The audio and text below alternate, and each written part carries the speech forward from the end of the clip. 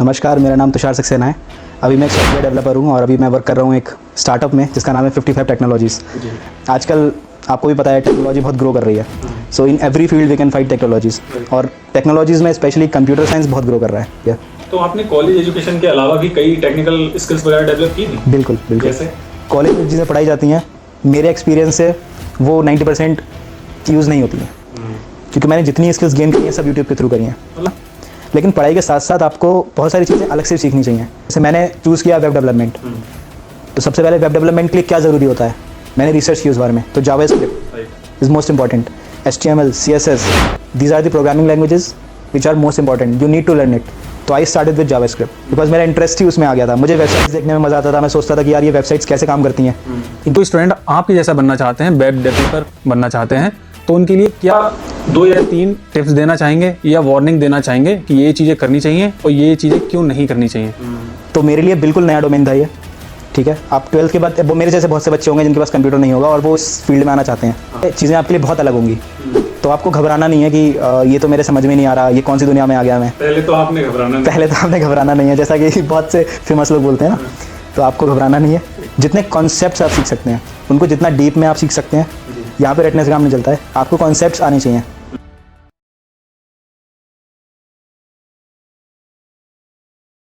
कहते हैं आईटी की दुनिया में उम्र नहीं, काबिलियत बोलती है, क्योंकि जो सीखना जानता है वो किसी भी उम्र में कुछ भी बन सकता है। नमस्कार, मैं हूं राजा और आप देख रहे हैं आपका अपना चैनल राजा का शो।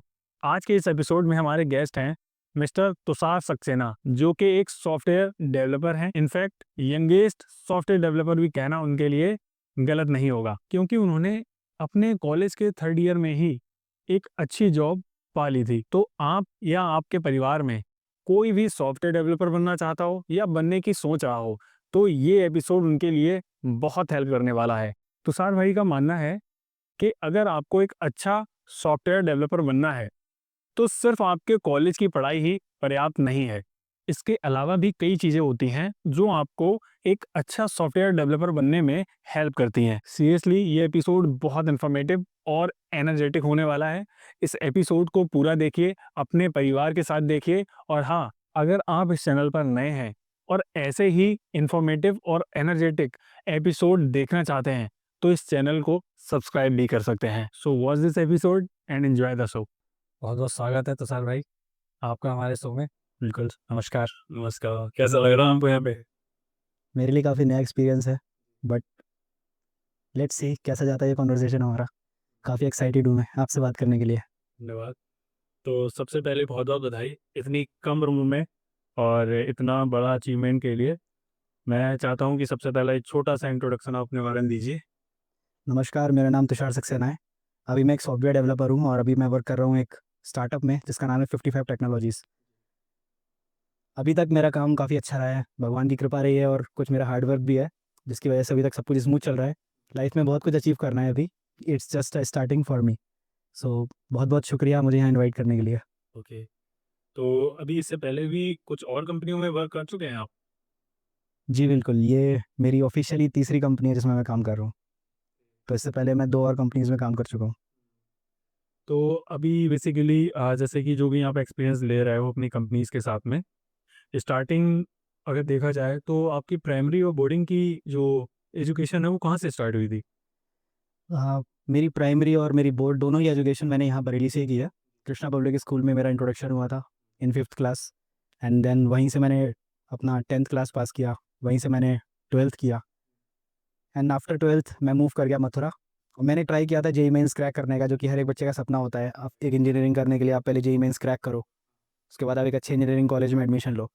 बट अनफॉर्चुनेटली और फॉर्चुनेटली आई कैन से मेरा एडमिशन नहीं हो पाया था, बिकॉज समहाउ मैं जेई मेंस क्रैक नहीं कर पाया था। फिर मैंने एडमिशन लिया 3 टायर कॉलेज में, जो कि है जीएलएम मथुरा। मतलब काफ़ी फेमस कॉलेज है वो, अपने प्लेसमेंट्स को लेकर, अपनी एजुकेशन को लेकर। तो वहाँ से मैंने अपने आगे की पढ़ाई, जो कि मेरा ग्रेजुएशन था बीटेक इन कंप्यूटर साइंस, वो मैंने स्टार्ट किया था। तो इसी फील्ड में जाने का क्यों सोचा? देखिए, जब बच्चा 12th पास करता है तो उसको कुछ आइडिया नहीं होता। मतलब ऐसे बहुत कम बच्चे होते हैं, मे बी 100% में से 50% बच्चे ऐसे होते हैं जिनको पहले से पता होता है उनको क्या करना है। बट मैं उन 50% में नहीं था, मैं दूसरे 50% में था। मुझे नहीं पता था कि मुझे 12th के बाद क्या करना है। पहले मेरा मन था कि मैं कॉमर्स लेकर सीए कर लूँ, फिर मेरा माइंड चेंज हुआ, मुझे लगा कि नहीं, मुझे इंजीनियरिंग करनी चाहिए। फिर इंजीनियरिंग में भी बहुत सारी ब्रांचेस होती हैं, बहुत सारी स्ट्रीम्स होती हैं, मैकेनिकल इंजीनियरिंग होती है, इलेक्ट्रॉनिक इंजीनियरिंग होती है एंड कंप्यूटर साइंस होती है। तो कंप्यूटर साइंस में मैं क्यों गया, ये भी मुझे जाने से पहले तक नहीं पता था, बट समहाउ मैंने देखा कि ट्रेंड क्या चल रहा है आजकल। आपको भी पता है टेक्नोलॉजी बहुत ग्रो कर रही है, so in every field we can fight technologies, और टेक्नोलॉजीज़ में स्पेशली कंप्यूटर साइंस बहुत ग्रो कर रहा है। तो शायद मेरे लिए एक इशारा था भगवान का कि आप कंप्यूटर साइंस चूज़ करिए। उस हिसाब से मैंने कंप्यूटर साइंस चूज़ करी और आगे की पढ़ाई उसमें कंटिन्यू करी। तो ये जो आप पढ़ाई जब कर रहे थे जेले में, किसी ने इसी कॉलेज को सजेस्ट किया था आपके लिए, या आपने बहुत रिसर्च वगैरह की तब जाके ये पता लगा कि इस कॉलेज में प्लेसमेंट अच्छा है? नहीं, मैंने बहुत रिसर्च की थी, मतलब मेरे टारगेट में यही कॉलेज नहीं था। अब क्योंकि मैं जेईई मेंस नहीं क्रैक कर पाया था, तो गवर्नमेंट कॉलेज ले पाना मेरे लिए काफ़ी मुश्किल हो गया था। तो मेरा जो पूरा का पूरा फोकस था वो था कि प्राइवेट कॉलेजेस में बेस्ट कॉलेजेस में कैसे चूज़ करूँ। उस चीज़ में बहुत रिसर्च किया, बहुत एग्ज़ाम्स दिए मैंने, बहुत एंट्रेंसेस दिए, काफ़ी कॉलेजेस में गया जो कि आपके यूपीडीओ के कॉलेजेस हैं। उस टाइम पर, हमारे टाइम पर यूपीडीओ हुआ करता था, हालांकि अब वो नहीं होता है। तो उस टाइम पर मैंने गाज़ियाबाद के बहुत कॉलेजेस देखे जहाँ पे मेरे एडमिशन हो भी गए थे। फिर मैंने जीएलए भी देखा। तो बजट मिलाकर आपको अच्छा खासा बजट इन्वेस्ट करना पड़ता है। बीटेक एक काफ़ी एक्सपेंसिव कोर्स माना जाता है इंडिया में, तो उसके लिए आपको बजट भी चाहिए। आपको अच्छा कॉलेज अच्छे बजट में मिलना, ये सारे कॉम्बिनेशंस बैठाल कर आपको एक अच्छा कॉलेज चूज़ करना पड़ता है। तो मेरे हिसाब से मेरी जो स्थिति थी, सिचुएशंस थी, उनके हिसाब से सबसे बेस्ट चॉइस मेरे लिए जीएलए मथुरा बैठा। वो मेरे बजट में भी था, प्लस उसके प्लेसमेंट्स भी काफ़ी अच्छे थे। मेरा अल्टीमेट गोल था कि मुझे जॉब लेनी है, तो बस इस हिसाब से मेरा सफ़र जीएलए में स्टार्ट हुआ। तो जेले में जब आप ग्रेजुएशन कर रहे थे, बीटेक कर रहे थे, तो लास्ट ईयर में ही जॉब आपने? जी, लास्ट ईयर मैंने एक्चुअली, जो प्री फाइनल ईयर होता है that is third year, third year में मुझे जॉब का ऑफ़र मिल गया था। थर्ड ईयर एंड होते-होते मुझे जॉब का ऑफ़र मिल गया था।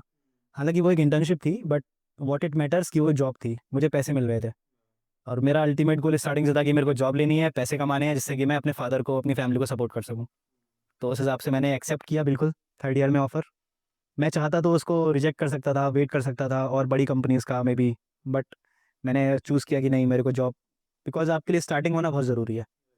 तो आप कहीं पे भी स्टार्ट करना चाह रहे हो, अगर आपको स्टार्टिंग मिल जाती है तो आप आगे जाके अच्छा कर लेते हैं।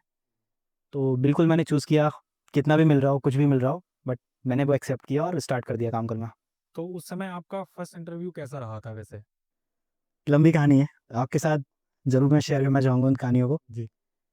तो जिस कंपनी में मेरा पहला इंटरव्यू हुआ था, मतलब बहुत सारी कंपनीज़ आती थी इंटर्नशिप के लिए, उनमें से बहुत कंपनीज़ में मैं रिजेक्ट भी हुआ, किसी में मैं फाइनल राउंड में जाके रिजेक्ट हुआ। तो काफ़ी डर लगता था कि कुछ होगा या नहीं होगा लाइफ़ में। लेकिन जब मेरा एक इंटरव्यू मेरा क्रैक हो गया, फर्स्ट इंटरव्यू जो मैंने क्रैक किया, वो कंपनी, अ, जब मैंने उसके टर्म्स पढ़े, आप किसी भी कंपनी को जॉइन करते हैं तो उससे पहले टर्म्स पढ़ना, जो उनके टर्म्स एंड कंडीशंस हैं, वो पढ़ना बहुत ज़रूरी है। तो जब मैंने उनके टर्म्स पढ़े, मुझे वो टर्म्स में कुछ तो गड़बड़ लगी, मतलब काइंड ऑफ मुझे ऐसा लगा कि नहीं, ये कंपनी सही नहीं है मेरे लिए, बिकॉज़ उनके टर्म्स जो थे उसमें कुछ झोल-मोल मुझे ऐसा प्रतीत हुआ। तो मैंने वो कंपनी का ऑफ़र रिजेक्ट कर दिया। जो मेरा फर्स्ट कंपनी का इंटरव्यू हुआ था, जिसमें मैं सिलेक्ट हुआ था, वो मैंने रिजेक्ट कर दिया था। सेलेक्ट होने के बावजूद? जी, वो मैंने रिजेक्ट किया था। मुझे ऑफ़र मिल गया था, अच्छा पैसा मिल रहा था, लेकिन मैंने रिजेक्ट कर दिया था, क्योंकि मुझे उनकी टर्म्स एंड कंडीशन समझ में नहीं आ रही थी। और हर कॉलेज, जो हर प्राइवेट कॉलेज होता है, उनका एक नियम होता है कि अगर आप किसी एक कंपनी में सिलेक्ट हो गए हैं, तो उसके बाद आप दूसरी कंपनीज़ में नहीं बैठ सकते। फॉर एग्ज़ाम्पल, अगर आप एक कंपनी में सिलेक्ट हुए हैं जिसका 6 लाख का पैकेज है, एनुअल पैकेज 6 एलपीए है, तो आप 18 लाख की कंपनीज़ में ही बैठेंगे, उससे कम की कंपनीज़ में आप नहीं बैठ सकते। ये क्राइटेरिया होता है। बहुत से कॉलेजेस में होता है, बहुत से कॉलेजेस में नहीं होता है, बट अनफॉर्चुनेटली मेरे कॉलेज में ये क्राइटेरिया था। जी, तो फर्स्ट कंपनी जो मैंने रिजेक्ट की, मैंने खुद से रिजेक्ट की। तो अब मुझे मौका नहीं मिला कि मैं दूसरी कंपनी में बैठ पाऊँ। तो मेरे दिमाग में बस यही चल रहा था कि भाई अब क्या होगा मेरे साथ? अब मैंने प्लेसमेंट्स के सारे मौके छोड़ दिए हैं, क्योंकि मुझे दूसरी कंपनी में बैठने का मौका नहीं मिलेगा। तभी एक और कंपनी आई थी, उसमें मेरी एक दोस्त थी, वो सिलेक्ट हो गई थी। Then she referred me into that company. तो जो मेरी पहली कंपनी में नौकरी लगी, वो कैंपस के थ्रू नहीं लगी थी, वो ऑफ कैंपस ही लगी थी, बिकॉज़ मेरी दोस्त ने मुझे रेफ़र किया था। पैसे बहुत कम थे, बट ऐज़ यू नो कि मेरा गोल था, मुझे कमाना है, कुछ भी मिले, कितना भी मिले, मुझे सीखना था। क्योंकि स्टार्टअप कंपनी थी? जी, बिल्कुल। बिल्कुल स्टार्टिंग से ही स्टार्टअप कंपनीज़ में हूँ मैं। तो उस कंपनी में मुझे मौका मिला इंटरव्यू देने का, एंड देन मेरे पास इकलौता मौका था वो उस टाइम पर। हालाँकि बहुत सारे अपॉर्च्युनिटीज़ होती हैं जो आपको ऑफ कैंपस मिलती हैं। आप ऑफ कैंपस जाकर बहुत सारी कंपनीज़ में नौकरी कर सकते हो, अप्लाई कर सकते हो, जॉब ले सकते हो। लेकिन अब आप खुद सोचिए, कैंपस के अंदर अगर आप नौकरी ले रहे हो जहाँ पे 1500 से 1600 बच्चे के अंदर आपका कॉम्पिटिशन है। बट अगर आप उस कैंपस के बाहर जा रहे हो तो लाखों करोड़ों बच्चों में आपका कॉम्पिटिशन है। तो कॉम्पिटिशन का लेवल 10 टाइम्स 100 टाइम्स हो जाता है। फर्स्ट कंपनी में मुझे, जैसे मैंने आपको बताया, इंटरव्यू देने का मौका मिला। मेरे पास इकलौता मौका, मुझे फ़ील हो रहा था कि ये मेरा इकलौता चांस है जिसमें मुझे क्रैक इंटरव्यू करना ही पड़ेगा, और सब कुछ ठीक रहा। हालाँकि इंटरव्यू जो था वो काफ़ी मेरे डोमेन से हट के था। जिस डोमेन में मैंने मास्टरी की थी, जो स्किल्स मैंने गेन की थी, उन स्किल्स से हटकर था वो इंटरव्यू। लेकिन क्योंकि मुझे करना था वो, तो एक रात में मैंने प्रिपरेशन की अपने डोमेन से हटकर। जिस डोमेन में वो इंटरव्यू ले रही थी उस डोमेन की प्रिपरेशन की मैंने। सर एक रात पहले? जी, एक रात पहले। और इंटरव्यू बहुत अच्छा हुआ और मैं उसमें सेलेक्ट हो गया। बहुत बहुत हालाँकि बहुत मतलब मुझे यकीन नहीं हो रहा था कि कैसे ये पॉसिबल हुआ, बट जो होता है अच्छे के लिए होता है। तो पहली कंपनी रिजेक्ट करने के बाद दूसरी कंपनी में मैं सिलेक्ट हो गया था। ये सच में बहुत चैलेंजिंग रहा होगा, क्योंकि जिस चीज़ के बारे में हम ज़ीरो नॉलेज रखते हैं और उसमें आप एक दिन पहले आपने सारी चीज़ें स्टडी करके और फिर भी आपने जॉब ले ली, वो सच में अपने आप में बहुत बड़ी बात है। कंप्यूटर साइंस इस तरीके से ही चलती है, मतलब आपको अपने कोर्स से हटकर बहुत सारी चीज़ों की नॉलेज रखनी पड़ती है। तो आपने कॉलेज एजुकेशन के अलावा भी कई टेक्निकल स्किल्स वगैरह डेवलप की थी? बिल्कुल, बिल्कुल। जैसे? ये तो आप समझ लीजिए, दैट इज़ मोस्ट इम्पोर्टेंट। आप एजुकेशन जो आपको कंप्यूटर साइंस ग्रेजुएशन में पढ़ाया जा रहा है, उसके अलावा आपको बहुत सारी चीज़ें खुद से पढ़नी ही पड़ती हैं, और ये पढ़ना बहुत ज़रूरी है। मान लीजिए कोई स्टूडेंट अभी बीटेक का आपकी तरह सीएस में एडमिशन ले लिया उसने, इसके अलावा वो और क्या स्किल्स डेवलप करे, चाहे कॉलेज के थ्रू या अदर जो डिपार्टमेंट्स वगैरह होते हैं उसके थ्रू? सबसे पहले तो कॉलेज में, मतलब मैं आपको बताऊँ, जॉब लेने के लिए कॉलेज में जो चीज़ें पढ़ाई जाती हैं, मेरे एक्सपीरियंस से वो 90% यूज़ नहीं होती हैं। हाँ। जी, तो आपको पढ़ाया जाएगा कॉलेज में, वो सब्जेक्ट्स पढ़ेंगे आप, एग्ज़ाम्स देंगे, पास हो जाएँगे, दैट इज़ इट। जॉब लेने के लिए आपको काफ़ी सारी चीज़ें आउट ऑफ कोर्स पढ़नी पड़ती हैं। मैं आपको एक एग्ज़ाम्पल के थ्रू समझाना चाहूँगा। तो सबसे पहले, जैसे बहुत सारी स्किल्स होती हैं, जैसे सबसे इम्पोर्टेंट स्किल है कोडिंग। अगर आपको कंप्यूटर साइंस डोमेन में सॉफ्टवेयर इंजीनियर के रोल पर आपको अगर नौकरी चाहिए, तो आपको कोडिंग आनी ही चाहिए। मतलब ये आपका ऐसी चीज़ है कि इसके बिना आप जॉब नहीं ले सकते सॉफ्टवेयर इंजीनियर की प्रोफाइल पर। दैट डिपेंड्स कि आपको कितने लेवल की कोडिंग आती है। कम लेवल की, ईज़ी लेवल की कोडिंग आती है, that is good. Medium level की कोडिंग आती है, that is also good. Hard level की कोडिंग आती है, बस। That is best. तो ऐसा नहीं है कि आपको कोडिंग आती ही नहीं है, आपको आना ही चाहिए वो कोडिंग। और अगर आप सब्जेक्ट्स पढ़ रहे हैं, तो सब्जेक्ट्स को पढ़ते-पढ़ते कोडिंग बहुत कम कॉलेजेस हैं जो सिखाते हैं। तो आपको ऑनलाइन रिसर्च करनी पड़ती है। There are multiple platforms available, there are multiple courses available जिसको आप पढ़ सकते हैं ऑनलाइन। यूट्यूब आजकल, आप ये समझ लीजिए कि मेरे लिए यूनिवर्सिटी से ज़्यादा, जो मैंने कॉलेजेस में पढ़ा अपने, उनसे ज़्यादा हेल्प मेरी यूट्यूब ने की है। क्योंकि मैंने जितनी स्किल्स गेन करी हैं सब यूट्यूब के थ्रू करी हैं। मतलब आपने कोई भी कोर्स परचेज नहीं करा ऐसा? आप ये समझ लीजिए कि 100, मतलब इट्स जस्ट लाइक कि नेग्लिजिबल। बहुत कम मैंने इन्वेस्ट किया कुछ कोर्सेज़ पे पे करके कुछ गेन करने के लिए। कोई एग्जांपल देना चाहें कि यहाँ से अगर कोई बच्चा जी, बिल्कुल, बिल्कुल एग्ज़ाम्पल दे सकता हूँ। मेरा जो डोमेन है वो बेसिकली वेब डेवलपमेंट में है। तो वेब डेवलपमेंट के लिए जो भी स्किल्स होती हैं, आजकल आपको थाउज़ेंड्स ऑफ चैनल्स मिल जाएँगे यूट्यूब पे अगर आप सर्च करें, जहाँ पे आपको फ्री में बेस्ट लेवल की क्लासेस, बेस्ट लेवल की स्किल्स आप गेन कर सकते हो। तो मैं इनिशियली, अभी तो बहुत डेवलप हो गया है, यूट्यूब भी बहुत डेवलप हो गया है, बट जब मैं इनिशियली अपने कॉलेज ईयर्स में था, तो रेयर चैनल्स थे जिनको आप सर्च करके उनके थ्रू आप पढ़ सकते थे। तो मैंने वही किया, गूगल पे सर्च किया कि ये चीज़ें मैं कहाँ से सीख सकता हूँ। तो जो हमसे सीनियर्स होते थे, not from my college but from other colleges as well, from IITs, from NITs, उन लोगों ने खुद के चैनल्स बना रखे थे। तो वो अपनी एक्सपीरियंस वहाँ पे शेयर करते थे। तो वहाँ से मुझे आइडिया लगा कि अच्छा, ये चीज़ें भी होती हैं। तो बाद हमारे प्रोफ़ेसर्स जो हैं वो बताते हैं चीज़ें, लेकिन अभी करंट क्या चल रहा है, मतलब वो आपको वही बंदा बता सकता है क्या चाहती है करंट मार्केट क्या चाहती है, वो आपको वही बंदा बता सकता है जो अभी मार्केट में बैठा हुआ है। हमारे कोर्सेज हैं ना जो, वो काफ़ी ट्रेडिशनल कोर्सेज हैं, काफ़ी टाइम से वो रिवाइज ही नहीं हुए हैं। तो आई एम नॉट सेइंग कि आपको कॉलेज में पढ़ाई नहीं करनी चाहिए, बिल्कुल पढ़ाई करनी चाहिए, बहुत ज़रूरी है पढ़ाई करना। लेकिन पढ़ाई के साथ साथ आपको बहुत सारी चीज़ें अलग से सीखनी चाहिए। वही मैं जानना चाहता हूँ क्या क्या है स्किल्स जो आपने डेवलप की थी कॉलेज एजुकेशन के अलावा। पहली चीज़ मैंने आपको बताई कोडिंग। जी। तो आप देर आर मल्टीपल। कोडिंग में जावा स्क्रिप्ट हो गई हाँ जी। और पाइथन वगैरह हो, ये इस तरीके की या इसके अलावा? जैसे मेरा डोमेन वेब डेवलपमेंट में है, तो वेब डेवलपमेंट में सबसे ज़्यादा यूज़ की जाने वाली प्रोग्रामिंग लैंग्वेज है जावास्क्रिप्ट। तो I started with JavaScript because मेरा इंटरेस्ट ही उसमें आ गया था। मुझे वेबसाइट्स देखने में मज़ा आता था। मैं सोचता था कि यार ये वेबसाइट्स कैसे काम करती हैं, इनके पीछे का लॉजिक क्या है, कैसे ये बनती हैं, अगर कोई बटन पे हम क्लिक कर रहे हैं तो उसके बाद क्या हो रहा है, तो वो आप क्यों हो रहा है। करते हो या फिर फ्रंट? मैं फुल स्टैक करता हूँ। तो मैं वेबसाइट डिज़ाइन भी करता हूँ, साथ साथ में उसकी फंक्शनैलिटी भी डिज़ाइन करता हूँ कि वो कैसे काम करेगी। तो फर्स्ट थिंग आपको डिसाइड करना है कि आपको किस डोमेन में जाना है। बिल्कुल सबसे पहली चीज़ आपको क्लैरिटी रखनी है अपने माइंड में। आपको कंफ्यूज नहीं होना है कि आप ये भी कर लो, ये भी कर लो, ये भी कर लो। आप कंफ्यूज हो जाओगे फिर आप प्रोबेबली कुछ भी नहीं कर पाओगे। तो सबसे पहले आपको क्लैरिटी रखनी है। जैसे मैंने चूज़ किया वेब डेवलपमेंट, तो सबसे पहले वेब डेवलपमेंट के लिए क्या ज़रूरी होता है, मैंने रिसर्च की उस बारे में। तो JavaScript Right. Is most important, HTML, CSS, these are the programming languages which are most important, you need to learn it. आपको वो सीखना ही पड़ेगा। फिर जैसे जैसे आप सीखते जाते हो ना, आपको रास्ते मिलते जाते हैं। तो आपने जावास्क्रिप्ट सीख ली, उसके बाद क्या सीखना है, React JS, Angular JS, Vue JS. There are multiple libraries and frameworks available for web development. तो आपको क्या सीखना है, आपको रास्ते अपने आप मिलते रहेंगे। बहुत लोग ऐसे हैं जिनसे आप बात कर सकते हो, देयर आर ओपन चैनल्स। आप डिस्कॉर्ड पे जुड़ सकते हो उनसे, आप स्लैक पे जुड़ सकते हो उनसे। तो उनसे काफ़ी कुछ सीखने को मिल सकता है बिल्कुल, आपको बिल्कुल सीखने को मिल जीरो सकता है, फीस से। ज़ीरो फीस पे। तो आजकल एक एक बबल चल रहा है कि आप 10,000 दो, आपको नौकरी लगवा देंगे। आपको कोई ज़रूरत नहीं है देने की, आपके पास है तो आप दीजिए।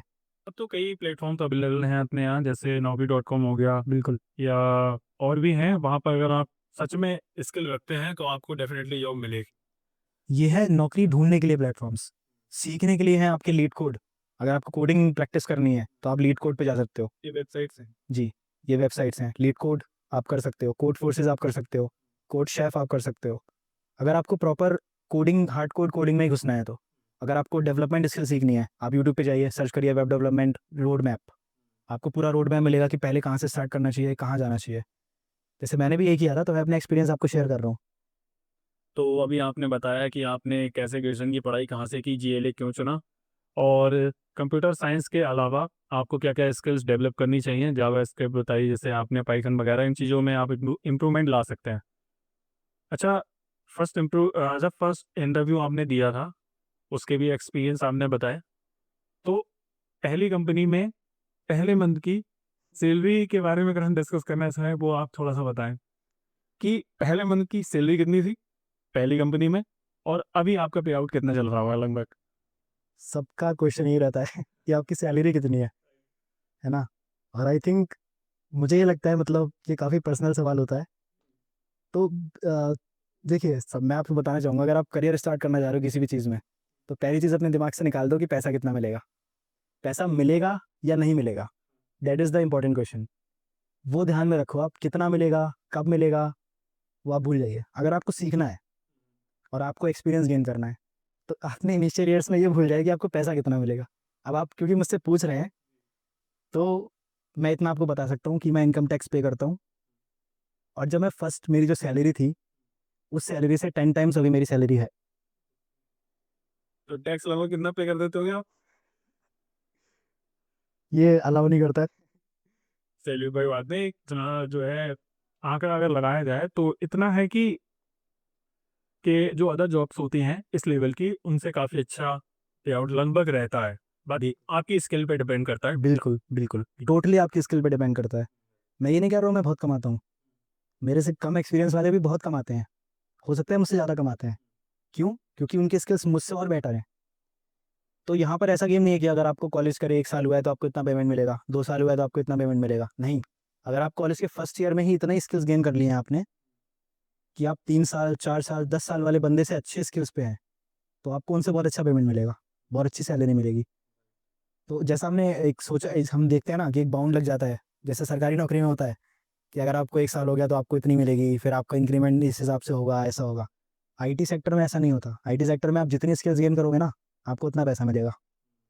वी को से या totally depend on your skills. Correct, it is totally depends on your skills.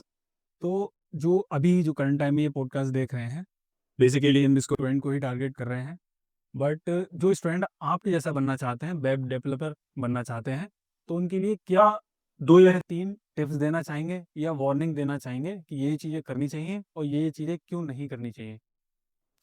सबसे पहली टिप, मतलब टिप नहीं बोल सकते आप, इन चीज़ों में कोई टिप्स या शॉर्टकट्स काम नहीं करते हैं। हाँ। सबसे मोस्ट इम्पॉर्टेंट टिप है कि आपको कंसिस्टेंट रहना है। चीज़ें बहुत अलग होती हैं। हम जो 12th तक पढ़ते हैं, देखिए मेरे पास भी 12th में कंप्यूटर साइंस एक सब्जेक्ट होता है, कंप्यूटर का कोडिंग का सब्जेक्ट होता है, वो मेरे पास नहीं था। तो मेरे लिए बिल्कुल नया डोमेन था ये, ठीक है। आप 12th के बाद, वो मेरे जैसे बहुत से बच्चे होंगे जिनके पास कंप्यूटर नहीं होगा और वो इस फील्ड में आना चाहते हैं। सबसे पहले चीज़ें आपके लिए बहुत अलग होंगी, तो आपको घबराना नहीं है कि ये तो मेरे समझ में नहीं आ रहा, ये कौन सी दुनिया में आ गया मैं। पहले तो आपने घबराना पहले तो आपने घबराना नहीं है, जैसा कि बहुत से फेमस लोग बोलते हैं ना, तो आपको घबराना नहीं है। दूसरी चीज़ है कि जो भी आप सीख रहे हैं उनको जितना डीप में आप सीख सकते हैं, जितने कॉन्सेप्ट्स आप सीख सकते हैं, रटना नहीं है आपको। चीज़ें रटने से काम नहीं चलेगा। 12th तक तो हम रट लेते थे, काम चल जाता था। यहाँ पे रटने से काम नहीं चलता है, आपको कॉन्सेप्ट्स आने चाहिए। तो अपना टाइम इन्वेस्ट करो उन कॉन्सेप्ट्स को सीखने में। अब आपने स्किल्स गेन कर ली हैं, तो third most important thing is communication. आपको कम्युनिकेट करना आना चाहिए, अपनी बात अच्छे से समझ। समझाना अच्छे से आना चाहिए। क्योंकि आप, मतलब आपके पास बहुत सारी स्किल्स हो सकती हैं, आप वो स्किल्स शोकेस नहीं करेंगे ना अगर, तो फिर सामने वाला आपको क्यों पैसे देगा। राइट। तो मे बी वो इंटरव्यूअर हो सकता है, आपके कलीग्स हो सकते हैं, मे बी आपके कॉलेज मेट्स हो सकते हैं।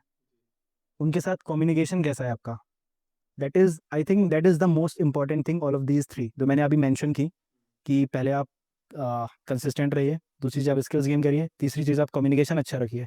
इन तीनों में communication is the most important. मेरे साथ मेरे बहुत से जानने वाले हैं ऐसे, जी।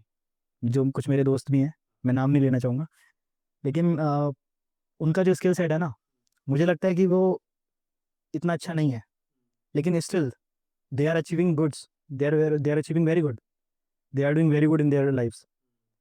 क्यों? बिकॉज उनको कम्युनिकेट करना बहुत अच्छे से आता है, they can communicate very well. तो आपको मास्टरी करनी है। आई एम नॉट सेइंग कि आपको इंग्लिश में मास्टरी करनी है, आपको किसी लैंग्वेज की बात नहीं कर रहा हूँ मैं, आपको कम्युनिकेशन में मास्टरी करनी है। मतलब एक हाइप बनी होती है बहुत, हमने सुना है ये कि आप इंग्लिश में बातचीत कर सकते हैं, आपको इंग्लिश आनी चाहिए, ठीक है, आनी चाहिए, नो डाउट। आप सीख सकते हैं तो आप सीखिए, बट ऐसा नहीं है कि आप हिंदी में बात नहीं कर सकते। नहीं, मुझे मज़ा आता है बेसिकली हिंदी में ही बात करते हुए, पर ऐसा नहीं है कि इंग्लिश थोड़ा हार्ड है, यानी कोशिश करोगे तो डेफिनेटली आप सीख सकते बिल्कुल आप सीख सकते हैं। हैं। तो जो मैंने अभी सवाल किया आपसे कि स्टूडेंट की हेल्प आपसे हो सकती है कि किस तरीके से आपकी तरह बनना चाहते हैं, ये चीज़ें मैं इसलिए पूछ रहा हूँ कि जिससे वो अपना समय और पैसा बर्बाद होने से बचा सकें। बिल्कुल सही बात है। क्योंकि आजकल स्टूडेंट के सामने यही चीज़ें आती हैं, अगर कोई स्टूडेंट इंटर का छात्र है और वो समझ में नहीं आता उसके कि मैं करूँ क्या? जो फ्रेंड ने साइड ले ली, मान लो वो बीकॉम कर रहा है तो चलो मैं भी बीकॉम कर ले रहा हूँ। वो अगर बीटेक कर रहा है चलो मैं भी बीटेक करूँ। वो अपनी शक्तियों को नहीं पहचान पाता कि करना क्या चाहिए मुझे। सही बात है। हाँ, तो इसलिए मैंने सोचा कि आपके साथ पॉडकास्ट करूँ जिससे कि जो बीटेक में या आईटी इंजीनियर, वेब डेवलपर बनना चाहते हैं तो उनको एक क्लियर रोड मैप मिल सके।